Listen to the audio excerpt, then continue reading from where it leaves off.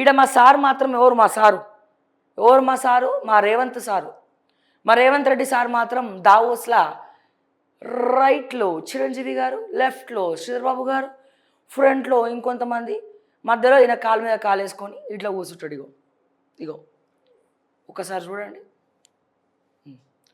మా శ్రీధర్బాబు సార్ ఇట్లా కూర్చున్నాడు, చిరంజీవి సార్ ఇలా కూర్చున్నారు, పొంగులేటి సార్ ఇలా కూర్చున్నారు. సరే నేను ఇలా సైలెంట్ కూర్చుంటా, కానీ నేను సైలెంట్ కిల్లర్. ఏడేడ గిరిజన భూములు ఉంటాయో సిగ్గు ఎగ్గు సిగ్గు శరం లేకుండా నేను నా కొడుకు దోచక తింటాం రాఘవ కన్స్ట్రక్షన్స్ పేరుతో అని ఈయన అట్లా కూర్చుండు అనుకుందాం. బుద్ధిమంతం త్రిలోకేశం లెక్క.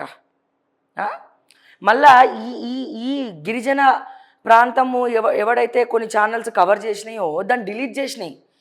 మళ్ళీ ఎందుకు డిలీట్ చేసినవరా నాయన అంటే దానికి సమాధానం ఉండదు. ఎవరు కమ్ముడు పోయి డిలీట్ చేసినారు?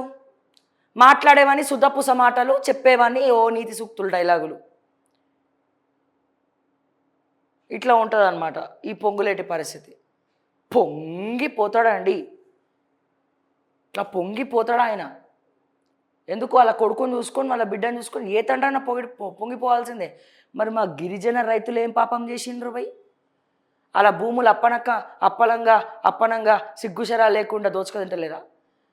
రేవంత్ రెడ్డి సార్ కాపాడని సార్ నీ కాలు మొక్కుతా బాంచనని ఇంటెలిజెన్స్ దృష్టికి తీసుకపోతే రేవంత్ రెడ్డి ఏం చేసిండు?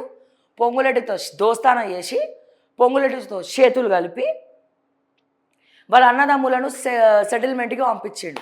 గిరిజన రైతుల్ని బ్లాక్మెయిల్ చేసిండు, కొట్టిపిచ్చిండు. ఈ పాపం ఊరికనే పోదు, వాళ్ళ మనవళ్ళకో ఇంకోటికో తగులుతుంది. ఏం చేస్తాం? తల్లిదండ్రులు చేసిన పాపాలు ఎవరికి తగులుతాయా అండి?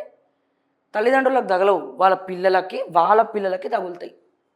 ఇప్పుడు తెలియదు ఈయనేముంది, స్కాములు వేసేసి కాలు మీద కాలు వేసుకొని కూర్చుంటాడు. తర్వాత సంగతి ఏంది? ఈయనైతే అసలు ఎందుకు ఐటీ మినిస్టర్ అయిండో ఆయనకే తెలియదు. ఆయన ఐటీ మినిస్టరా, లేకపోతే అడ్మినిస్ట్రేషన్ మినిస్టరా, లేకపోతే ఏం మినిస్టరు? అసలు ఆయనకి అవగాహన ఉందా లేదా? కొద్ది గొప్ప చదువుకున్నాడంటే ఈయననే. మరి ఈయన తెలివి కూడా అటకెక్కినట్టే